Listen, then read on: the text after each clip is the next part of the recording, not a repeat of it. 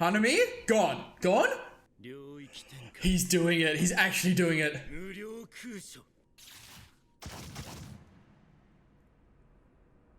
What? Don't. What are we doing here?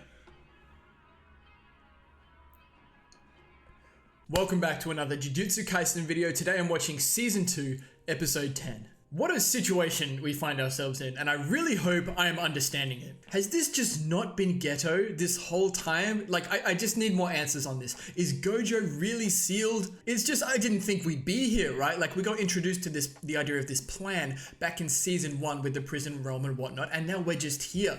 Like, you forget that Gojo doesn't know that Geto has been around, and he was so shocked by it that Geto was able to seal him. It's just crazy. I have so many questions. Has Hanami really been exercised? Is Hanami gone? So questions. That's all I was talking about in the discussion last episode. I just have so many questions right now, and I need answers. So I'm going to go straight into the episode now. Jujutsu Kaisen Season 2, Episode 10.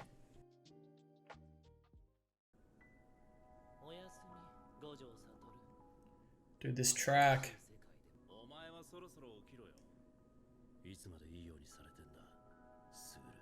Interesting. So Geto's in there. Oh, this opens up so many possibilities.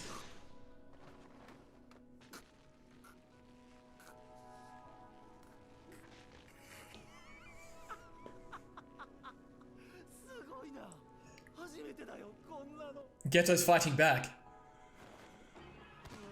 Oh, here we go. Right, that's a Mahito thing.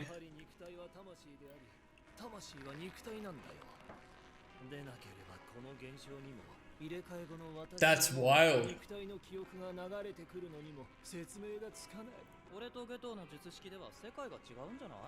It could. I don't like the eyes, man.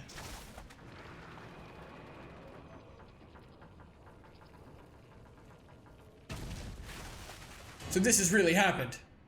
How do we get him out? What do we do now? I mean, it just shrinks down. Well, that's step one. Now it's pandemonium. Yeah, alright. That sounds about right. Aye. Now let's just get Sukuna, right? This intro looks wild, by the way. Holy shit.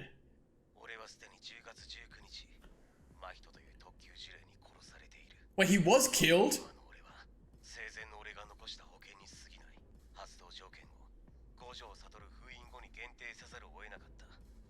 Wow. Okay, I have to pause. Give me a second. This is a lot going on. Mechamaru is like the biggest brain of biggest brains, right? So that scene that played at the start of like a computer like booting up was Mechamaru or Muta or something reawakening, right? And he set it to when Gojo was sealed. How he's managed to do that, I don't know. But in that instance, at the first 2 episodes of this arc, Mahito killed Mechamaru or defeated him, you know, in that whole domain expansion instance. Like, I lose track of what Mechamaru actually did, but he did something towards the end of it. And he calls this like his advanced insurance. So is he actually dead? Which, if that's the case, I'd be really upset about. I really enjoyed his arc. I wanted him to actually meet all of his friends, you know, with his physical body and whatnot. And my first reaction was like, is this like a recording or something? But it can't be. Like, he's talking like he's in the present. Is this like an after effect of his consciousness or something? Like, is he still... I don't know. There's so many questions going on. Okay, I'll save the rest for the discussion. I'm talking a lot, but I just need to talk it out so I'm understanding what's going on. You know what I'm saying?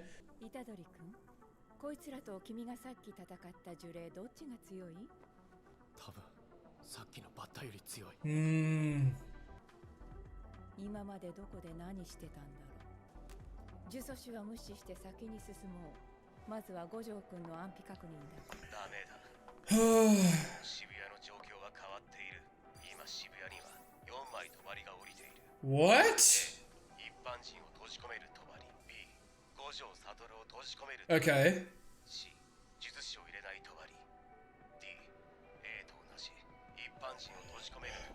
It's a lot. Yeah, okay. Wow, what a situation. Like, blind trust here with Mechamaru.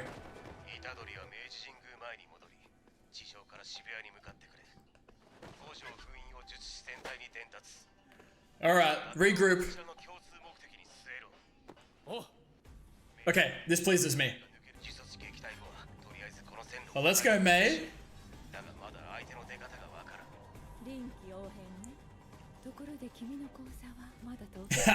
I knew this was gonna come into play.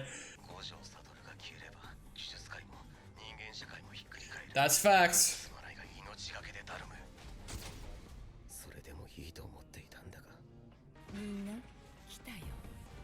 Not the Flash to Miwa. Oh my god, I don't like him. What the dog doing? He got a dog with him.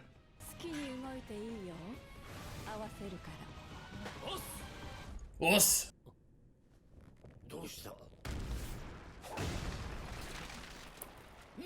What that mean? What that mean? What that mean? Is he in there doing stuff?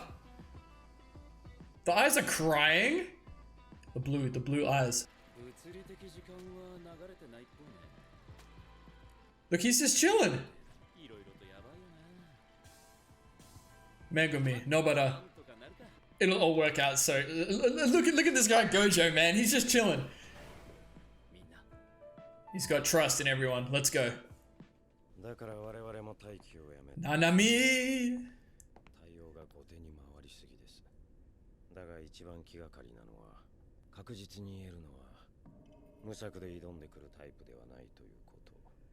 They certainly have a plan. Let's go, Nanami. Yeah, this pleases me. This pleases me. Everyone's in. Look at Panda's ass. I haven't seen Inumaki. Inumaki hasn't been here. Maybe he's with Yuta somehow. I want to see Yuta. Oh, I remember from season 1. He's got the sword with the hand on it. He's working with the curses. Please don't kill my boy. I'm sorry, I shouldn't have said anything. Oi, yo! Once was enough! This guy's a freak. Ow. Someone just kill this guy, I'm sick of him.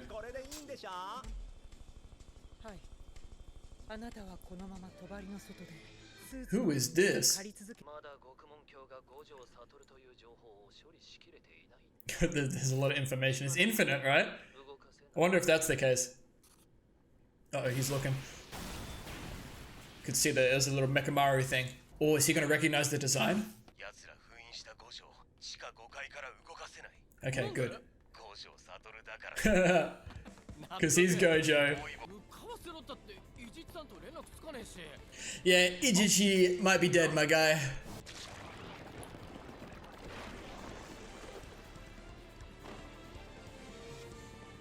Oh no.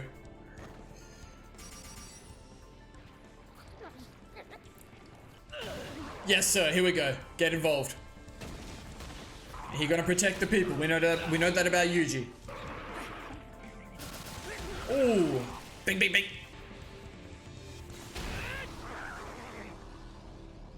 Light work. Good warm up.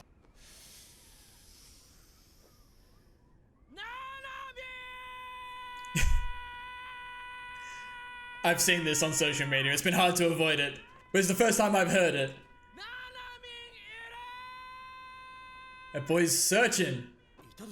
They can all hear him. Let's go. Can we all team up? Is he letting them all know? He's letting them know. Look at that billboard. Yes, please.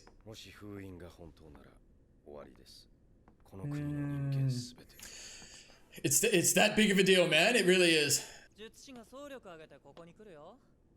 Damn, we're gonna. Oh, we might get a big fight here. Yep, that makes sense. Was there more death paintings?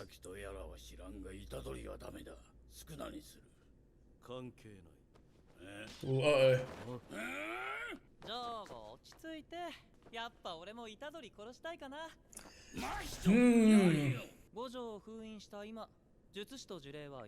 Maybe they don't need Sukuna.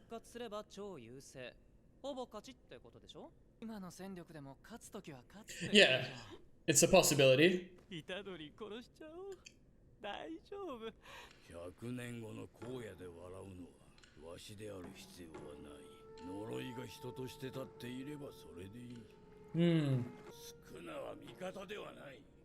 復活したことでわしらが負うリスクの方が大きいかも。I would agree with that, to be honest. 復活すれば確実に呪いの時代が来る。 So, okay, I see. 目的のために Jogo doesn't care if he dies or not. それが偽物どもにはない呪いの真髄だ。 He's thinking about it from a curse perspective. But that's just Jogo's view. We're gonna have an internal conflict with the curses here. I like games.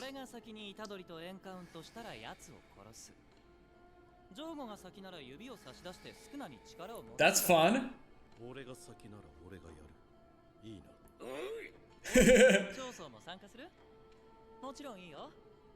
Mahito is he's just chilling. Yeah, someone's gotta watch the prison realm.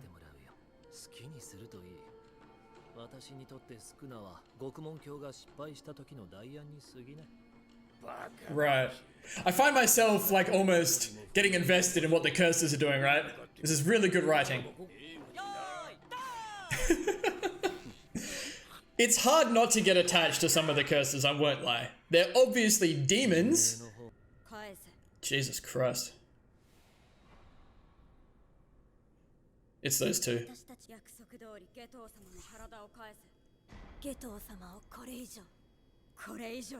Yeah, right. A sorcerer. They're talking about Geto.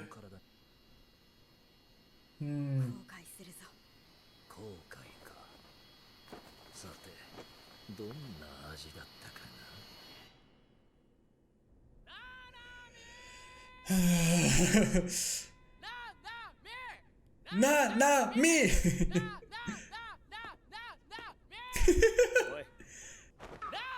Bro, he's right behind you. The thing that's living within Geto, what is it? Real pandemonium.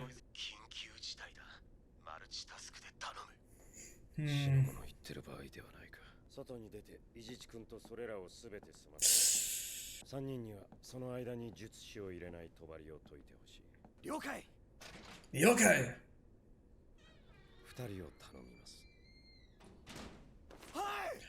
Lots of responsibility.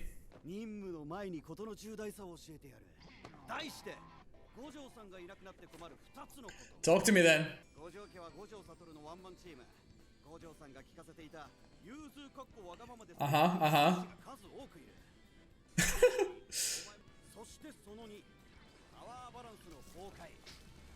You can see how Gojo's existence is so important here.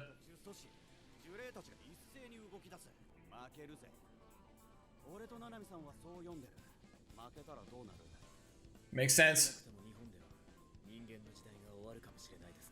This is what Geto wants. I love it. Let's go, team. Oh, this pleases me. Good. We got a little post credits. Awasaka, who? Who are these guys?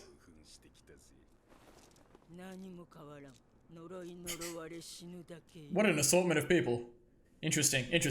Okay, so I talked about the whole Mechamaru situation a lot during the episode, so I'll try and keep it brief here. So in summation, it just seems like Mechamaru had a countermeasure in place for if he was defeated by Mahito, which it seems like he was. This program or whatever it is has activated now that Gojo has been sealed, and now he's able to help everyone by providing information essentially as to what's going on. Good, really handy. My issue though is what's actually happened to Mechamaru? Is he dead? Has he lost his body? Is this some manifestation of his consciousness or something? Again, so many questions. And I'm going to be completely honest about this. All of this barrier stuff and these veils, what each one of them can do, they inhibit and whatnot, it gets so confusing to me and it's very complicated. Now there's 4 veils. 2 was enough for me to already be confused, but now there's 4? I'm going to pull up the diagram that showed up when Mechamaru was explaining the 4 veils. Okay, so each veil is inside of the first one, right? So there's a big one, one, and then an even smaller one. And I think that really small one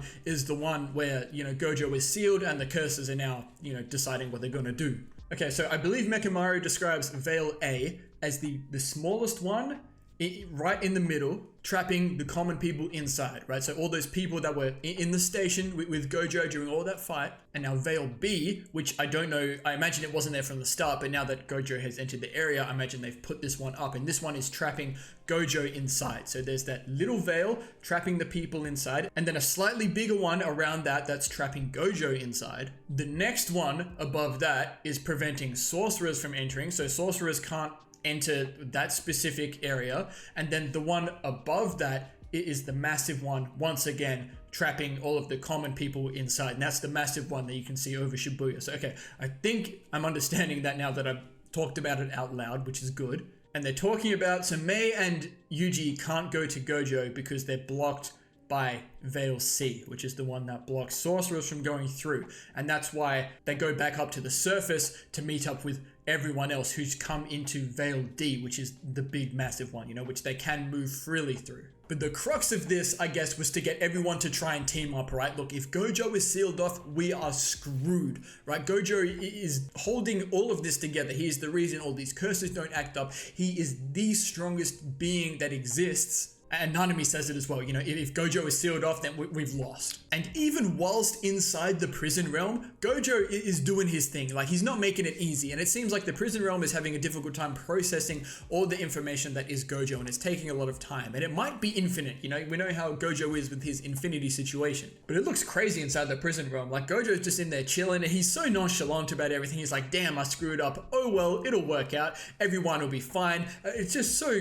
Gojo. It's crazy to see him go from how he was, during the fight. Like, he was crazy with his facial expressions, so serious, so just about trying to exercise these curses. And now that he's in the prison realm, he's just chilling. He's just the classic chilled out Gojo that we've all come to enjoy from season 1. And it seems like Ijichi was murdered, which is quite a shame. He was a pretty cool guy. But I forget the name of the guy that killed him, and that woman that appeared behind him as well. I don't think we've seen her before, but that guy was in season 1 briefly when they all invaded Jujutsu High to try and retrieve the fingers and the death paintings, I believe. But everyone's entered Veil D, the big one. We're all going to try and meet up, right, and deal with this whole Gojo situation. And we see the big scene of Yuji being on top of that building or whatnot, screaming out for Nanami. Look, I have seen that on social media. It's been very hard to avoid. It's been a few weeks at this point since these episodes specifically have come out. But it's really cool to actually, put the context of the situation to the scene that I've been seeing. My favorite one I saw was like, you can't hear pictures, and it's a picture of